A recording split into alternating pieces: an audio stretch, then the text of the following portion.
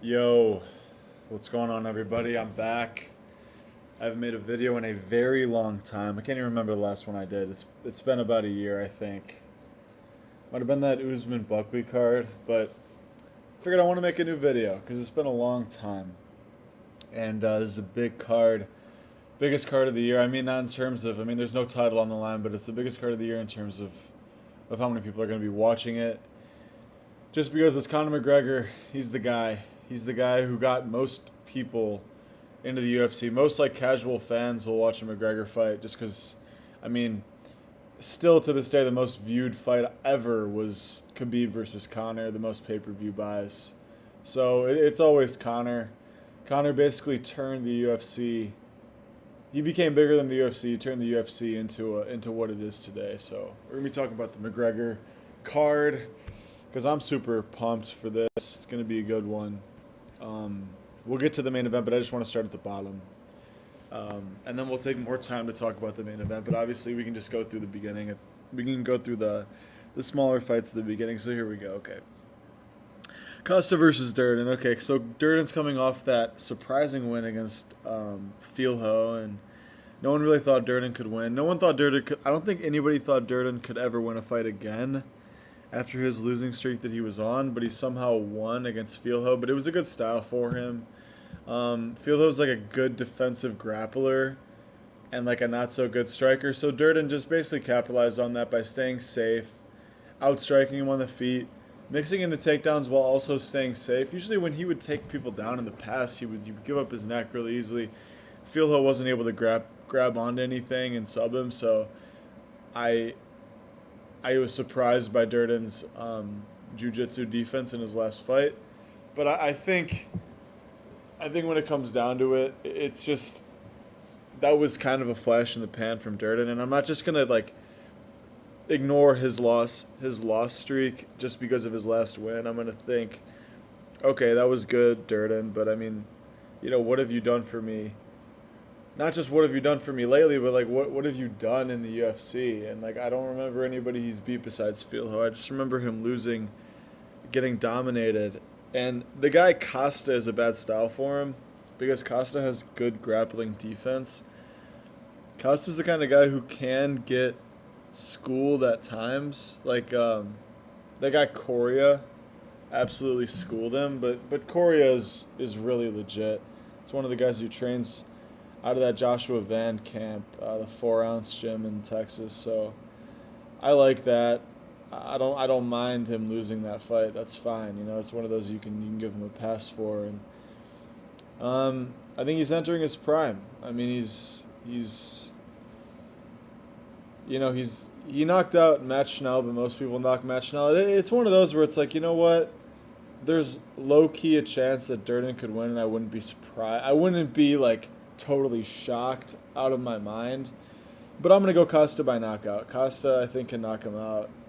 Um, yeah, I like Costa to win this fight because Durden, he just loses to everybody. So yeah, I think Costa's got it. And then okay, let's move on. So we got Zach Reese versus Ryan Gondra. So Gondra, I think he's had one fight in the UFC, and he fought the worst fighter in UFC history, Medina. So we don't know much. I mean, obviously he knocked him out in the first round, but who doesn't? So surprising to see Gondra as a favorite against Reese. I mean, Reese, yeah, he lost to Michel Pereira, which is aging horribly because Pereira is terrible.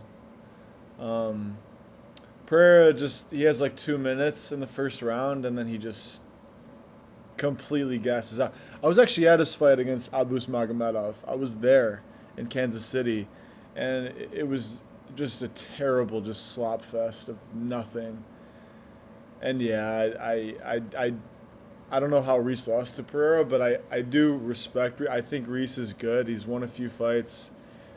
He's knocked some guys out, and he's got good power.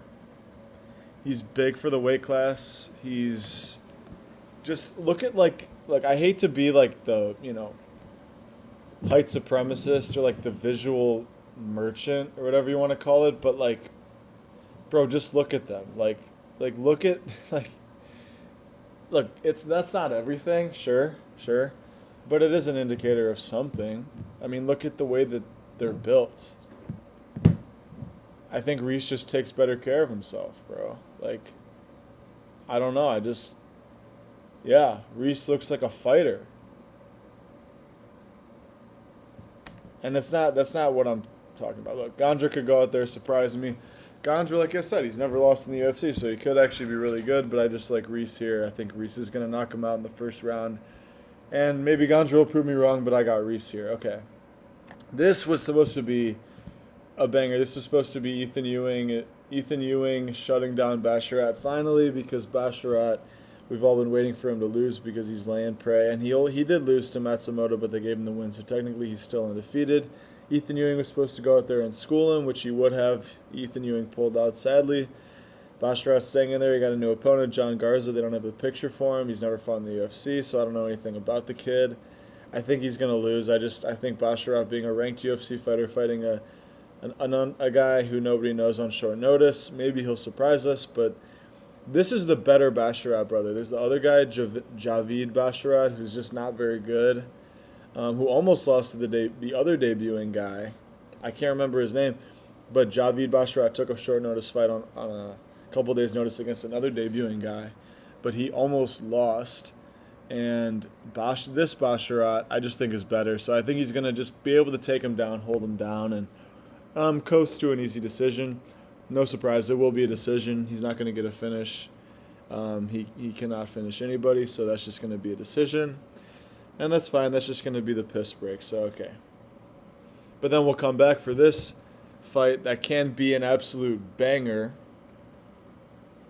Damian Pinas versus Cesar Almeida. So, yeah, I mean, Almeida, he got land prayed in his last fight. The Oleksiejczuk brother literally just laid on top of him and did nothing for 15 minutes, and that was boring. But when it's striking, Almeida's an absolute banger. It's one of the greatest fights I've actually ever seen. Was Almeida versus Al Hassan. If you have 5 minutes, go back and watch it. It doesn't last very long. It's a banger. Almeida ends it off with a insane KO. Almeida was known for being the guy actually who knocked Pereira out, or he didn't. I don't know if he knocked Pereira out. But I know he beat Alex Pereira in kickboxing. So that was like, oh, Almeida, he's the guy who beat Pereira in kickboxing. He just has no grappling. So maybe, but Pinas is not like a grappler. I remember Pinas was the anti-grappler to Wes Schultz, and he knocked him out in the first round. So hopefully this is a stand-up banger, and this is a tough one to pick, but it's just, for me, it's just going to be an age thing. Why don't they have their ages here? I don't know why they don't have their ages, but I know that Almeida is probably at least 10 years older than Pinas, if not 15. Like, it's going to be a huge age thing, and when it's that sort of thing, it's going to have to be the guy who's younger. I'm going to go with Pinas. Like Almeida, he's like 50 years old. No, he's like 40 years old, but he only has 9 fights, so I don't know why. That's rubs me the wrong way. Look, yeah, he did get held down against the Oleksiejczuk brother, but he didn't have any urgency to get up, so that was a red flag. So I'm going to go with Pinas, probably by knockout in the first or second round. Yeah. Okay. Tracy Cortez versus Wayne Kong. I was thinking about this. This fight could go either way, honestly. I could see it going either way. I could see Wayne Kong just battering her on the feet and winning an easy 30-27 decision on the feet. Or I could see Cortez taking her down, mixing in the grappling, and even submitting her. So I don't really know. I think what my gut is telling me is that Cortez is going to be smart enough to know that she needs to take this girl down and control her. And I think she has the ability to do that. I think she has the ability to get a takedown. And Wayne Kong, like, she hasn't shown the ability to really be able to get up when she's taken down that well. So I'm going to go Cortez by second round submission or first round submission. I'm going to go with Cortez by sub. Because I think I need to give credit to, like, fighters and their intelligence. I need to give credit to fighters and their game planning. And when it comes to game planning, I think Cortez, she has a team. It's not just her. She has a team that's going to know this Wayne Kong's weaknesses and be able to exploit them. And I think Cortez, unless she gets knocked out in the first round, I think she'll be able to hang in there and take her down and submit her, or just win a decision by grappling. So I'm gonna go with Cortez, but again, it's a low confidence pick. It's a low confidence pick. Yeah. This one is a high confidence pick. I'm going with Luke Riley, and I don't really need to talk about this. This is Luke Riley is a sharp boxer. Kai Kamaka almost lost his debut. I remember that fight, and I don't know. I think it might have been a split decision. I can't even remember. But it was like the opening fight on the early prelims of a card. I can't remember the card, but I just remember this guy is not that good. Luke Riley's going to style on him. I'm not sure why Luke Riley is fighting down. Luke Riley fights Bogdan Grad, then he fights Michael Aswell. Now he's fighting Kai Kamaka. He's won all of his fights, but for some reason they're making him take downward steps in his trajectory. Luke Riley's going to probably knock this dude out in the first round or second round, and if he does, he should be getting a ranked fight because he's undefeated, so I don't know. This is just an easy pick. I'm going to go Luke Riley. Now, Cody Garbrandt versus Adrian Yanez. Yeah, I think this is also a very easy fight to pick. I mean, if this fight was happening like 5 years ago, it would be interesting maybe, but not even 5 years ago, like 10 years ago, but maybe Yanez wasn't even in the UFC back then, so like Cody Garbrandt, he's done. I'm sorry. I love Cody Garbrandt, man. I love him, you know. Sometimes I go back and watch him versus Dominic Cruz just to inspire me. Like I'm running on the treadmill, and I put that fight on my phone to watch it just to get inspired while I'm running, just so I can really have just so I can have a little extra motivation to run, just because that was just insane. But that was 10 years ago. Similar to McGregor knocking out Eddie Alvarez, you know, it's like, what have you done for me lately? What have you done for me, bro? What has Cody Garbrandt done in the last 7 or 8 years? I don't know, man. Genuinely, I don't know like what he has done. I remember watching his last fight against Zhao Long, and I was thinking to myself, what is even going on? And Cody Garbrandt, he hasn't thrown a punch the entire fight. Like he don't go back and watch the fight because you'd be wasting your time. But genuinely, I don't think he landed a punch in the last 2 rounds of the fight. He won off of a technicality that his opponent got 2 points taken for kicking him the balls like 5 times. But I'm just gonna go with Yanez because Yanez just beat Simone. Actually, I picked Simone to beat Yanez, and Yanez beat him. And for some reason, it was a draw, which it shouldn't have been. But yeah, Yanez is good, man. Yanez is good. He arguably beat Daniel Marcos, too, who's solid. And Garbrandt's at the end of his career. This should be Garbrandt's retirement fight, especially if he gets knocked out. But this is an easy fight for me to pick. I'm picking Yanez. Probably by first round KO. That's my pick. Okay. Gable is in the UFC. Gable's in the UFC. Wow. Gable Steveson, one of the greatest wrestlers of all time, is coming to the UFC. And his ceiling is very high. Obviously, we don't see guys like Gable.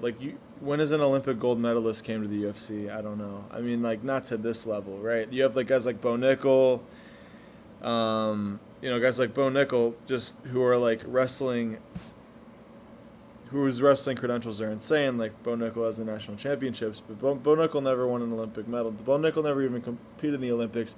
Gable Steveson won an Olympic gold medal at the age of 21, I believe. And if this guy just learns how to strike, if this guy Gable learns like some striking, just some striking, if he just learns how to not get knocked out, some decent boxing where he doesn't just get knocked out, Gable will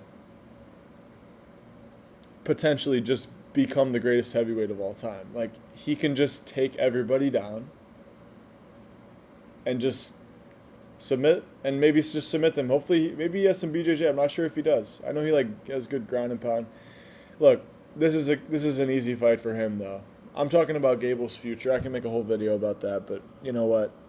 This is just a prediction video. And my pick is Gable by first round KO. This guy Ellison showed that he's not very good against Perisic. He got destroyed, and yeah, I'm gonna go with Gable. to knock this dude out in the first minute of the fight, probably. And just let's not give Gable the Ateba Gautier treatment. Let's just not give him a bunch of cans. Sure, give him like 1 or 2 cans, and then we'll give him a step up. Give him the Bone Nickel versus RDR fight, and if he wins that, then give him the title shot. Like, work him up, but don't do it too slow. Don't do it at the right speed. So, it's my advice to the UFC. If they're watching, they're probably not, but if they're watching, then yeah, do that. Okay. Krylov versus Whitaker. I've thought about this fight a lot because, when you have a guy who moves up in weight, it's always interesting. The thing is, though, usually when people move up in weight, they're not like at a visible disadvantage physically. Like, for example, when McGregor moved from featherweight, I'm just using McGregor as an example because he's what my mind is on. When McGregor moved up from featherweight to lightweight and he fought Eddie Alvarez, well, he fought Nate Diaz and then he fought Eddie. But when he fought Eddie, right, he looked as big as Eddie and as big as Nate Diaz. He didn't look like he was too small. Like, people usually, when they move up, it's for a reason of a terrible weight cut or something, so they just move up because they're too small, or they move up just because they wanna not have to cut as much weight, but they're still not moving up if they're gonna be in a weight class where they're gonna be at a significant disadvantage. So for Whitaker, well, by the way, the names are flipped. This is Robert Whitaker. This is Nikita Krylov, but Whitaker was at 185, and he was small for 185. I mean, Whitaker was small for 185. Now he's going up to light 205, 20 pounds heavier, and he's 6 feet tall. I mean, and he's just not the most muscular guy. I mean, just look at him. He's going to be at a size disadvantage. That's the problem. The good news is a guy who he destroyed, Paulo Costa, a guy who he schooled on the feet, is up at light heavyweight, and he's arguably almost in line for a title shot. So that's the good news. The bad news is you're fighting a guy, Krylov, who has a lot of power, and you might run into trouble when you get hit. I mean, if Whitaker gets hit clean, Whitaker doesn't have the best chin. If Whitaker gets hit clean by Krylov, it could be trouble at light heavyweight. I just don't know. But I'm giving Whitaker the benefit of the doubt, and I'm just going to say he knows what he's doing. Again, I don't really like the move up for him. I mean, I understand it. You lose 2 in a row in your weight class. You still want to be a champ, so you move up. Because light heavyweight is a very shallow division. It could just be 2 or 3 fights, and then he gets another title shot. But anyways, he needs to get active. But also, I think Krylov's a good fight for him. They were talking about maybe Whitaker versus Ankalaev, and I do not think Whitaker would beat Ankalaev, but I do think Whitaker is good enough just to stay safe and to win a decision against Krylov, but I am worried about his chin, but I'm going to go Whitaker by decision. Okay. Now this fight, wow, this fight is just absolute fireworks. What a great, I hate on the matchmakers a lot. Sometimes I just think the matchmakers I'm like, what do the matchmakers do? Sometimes I hate on the matchmakers. Maybe a little too much. But in this fight, it's different. I'm actually really, really giving them props for this. I mean, the matchmakers cooked with this one. King Green, a little bit of a resurgence. When he lost to Pimblett, it's always like, yeah, King Green's not that good. Yeah, he's done.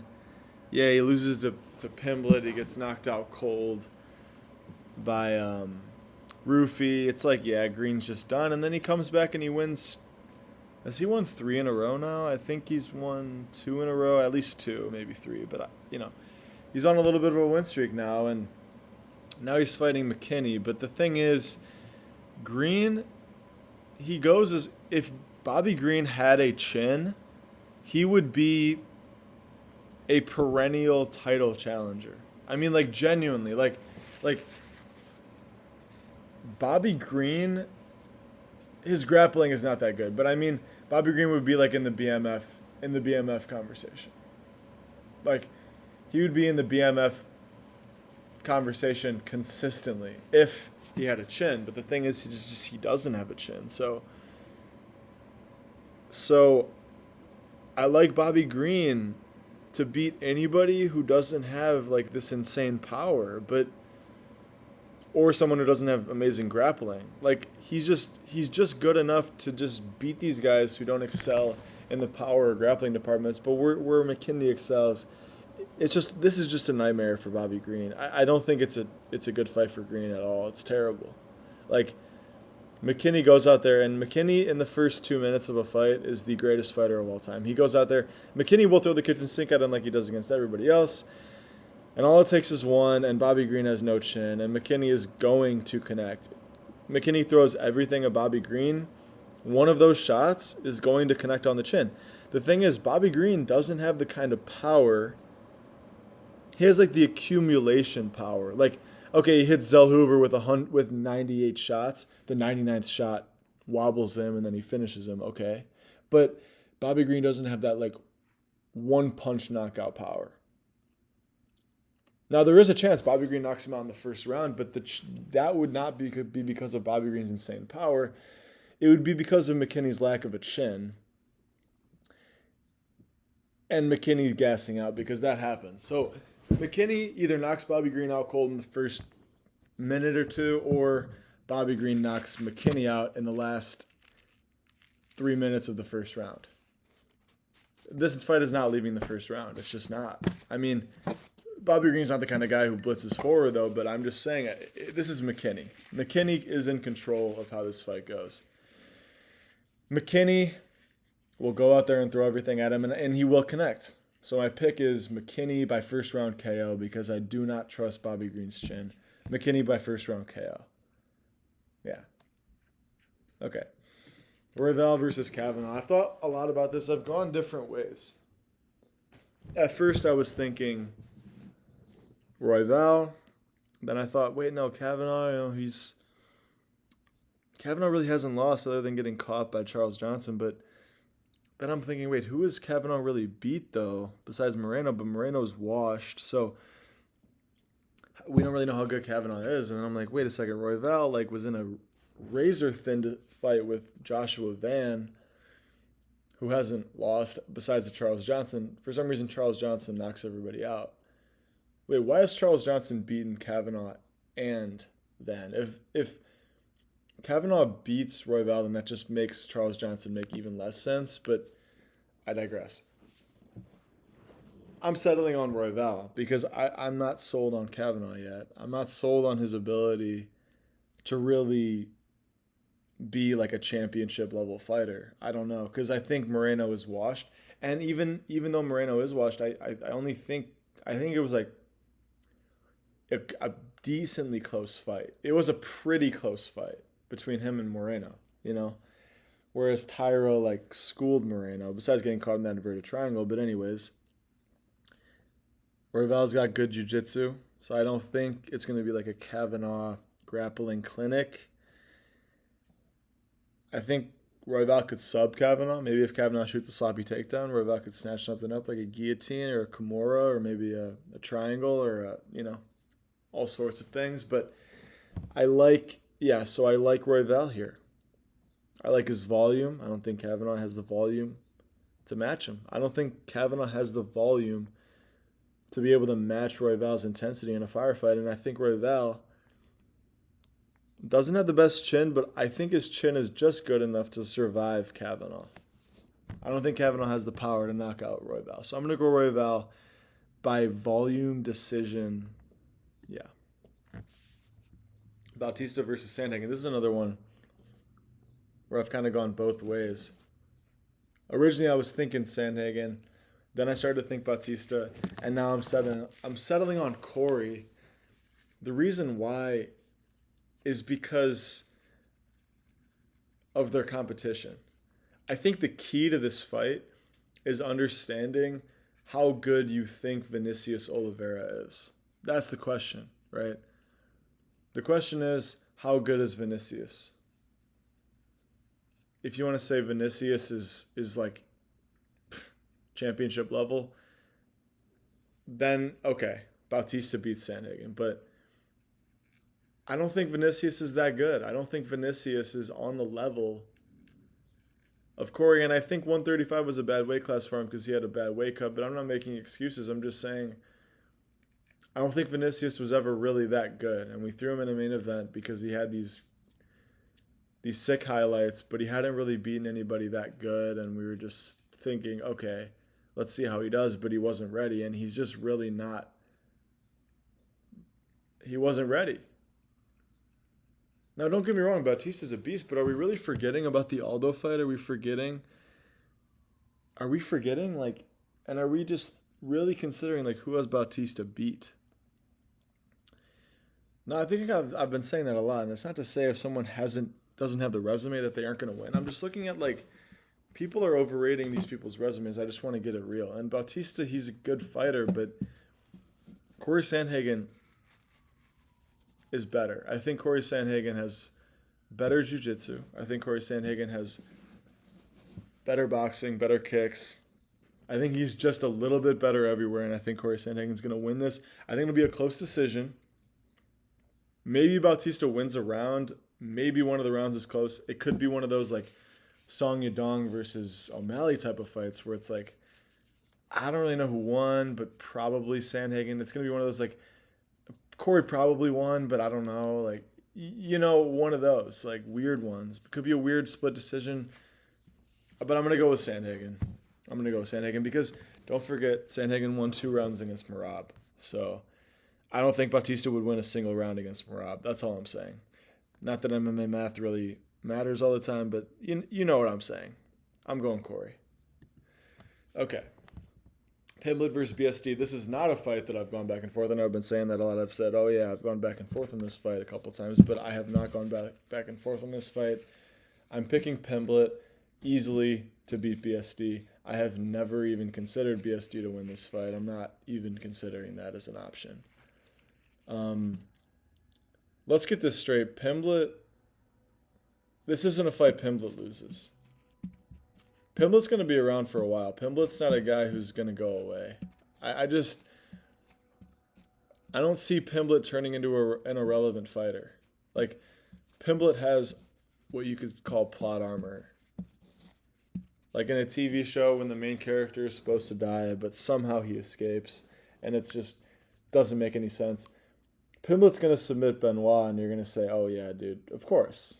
It's Pimblett. I mean, did we really think Pimblett was going to lose 2 fights in a row? I mean, it's Pimblett.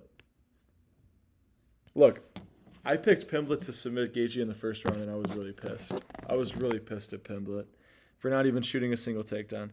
The thing is, though, styles make fights, and Gaethje, especially after beating Topuria, showed that he has a style to...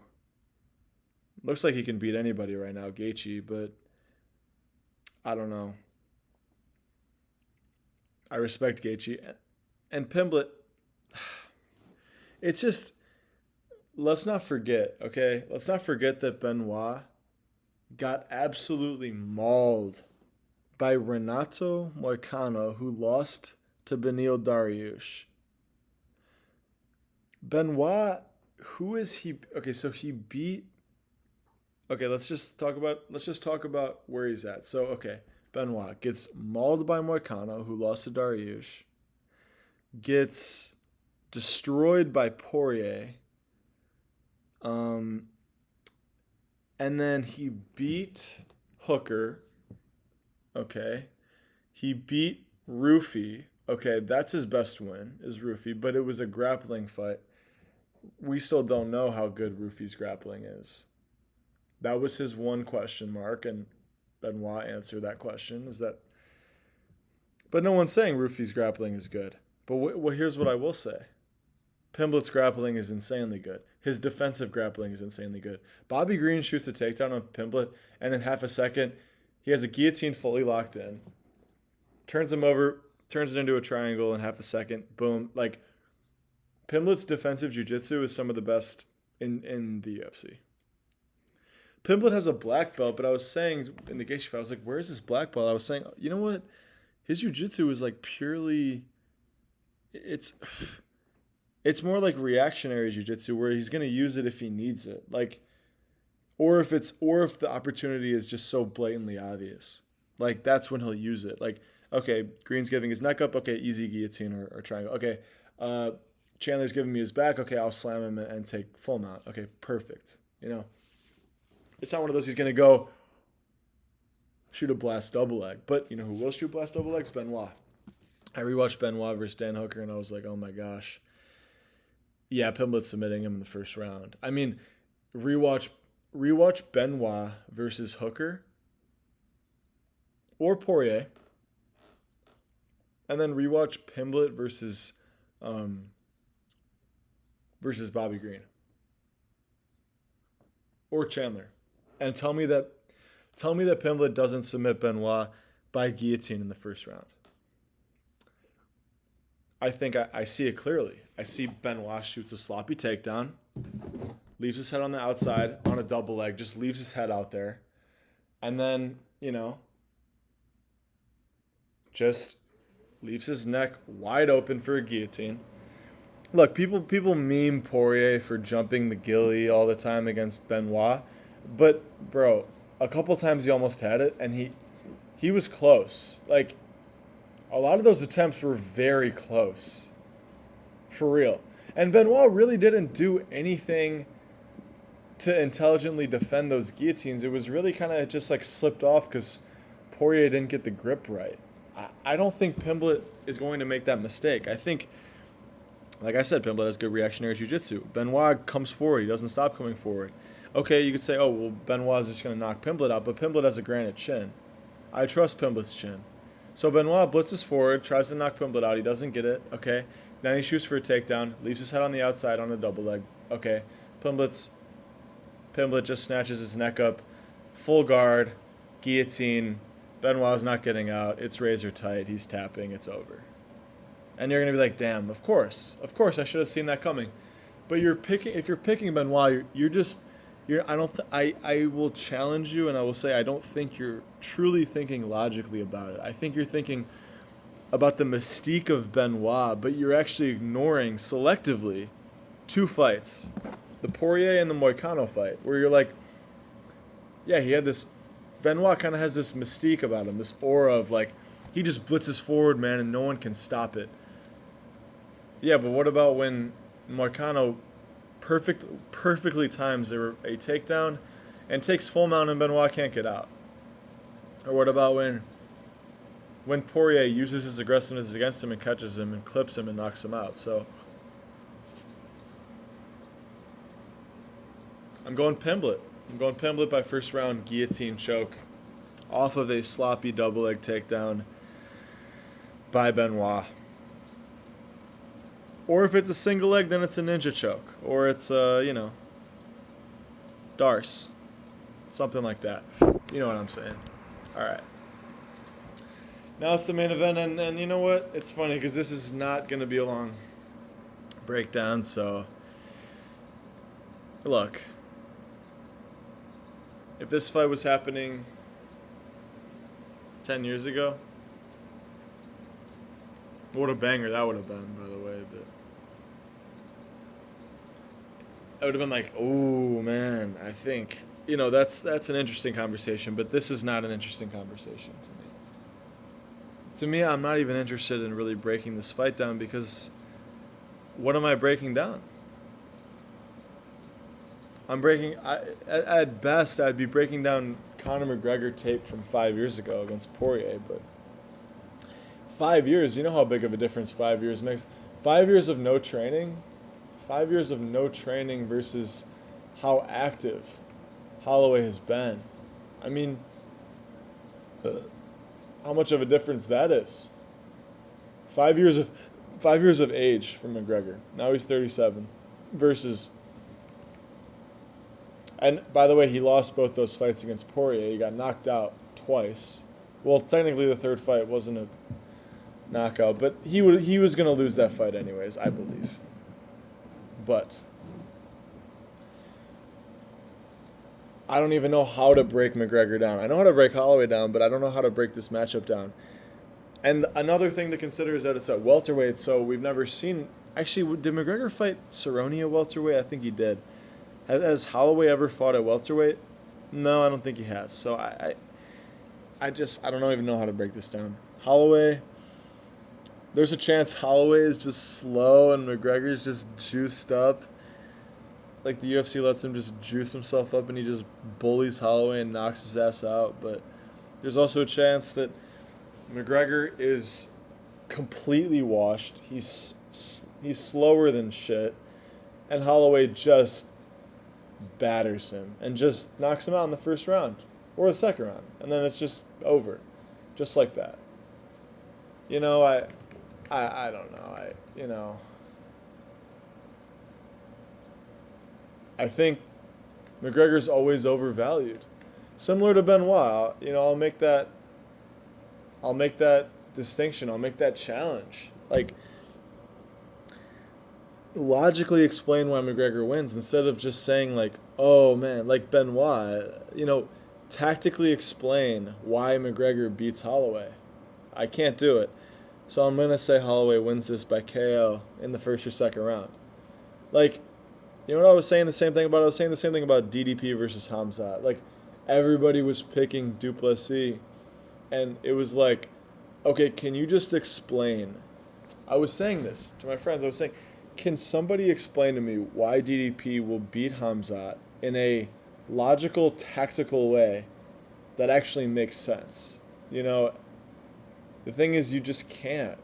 And in this situation, you can't either. You can't explain. Look, McGregor's going to come out there. He's going to throw everything at him. He's going to just probably throw a couple cool kicks. Maybe he lands a left hand.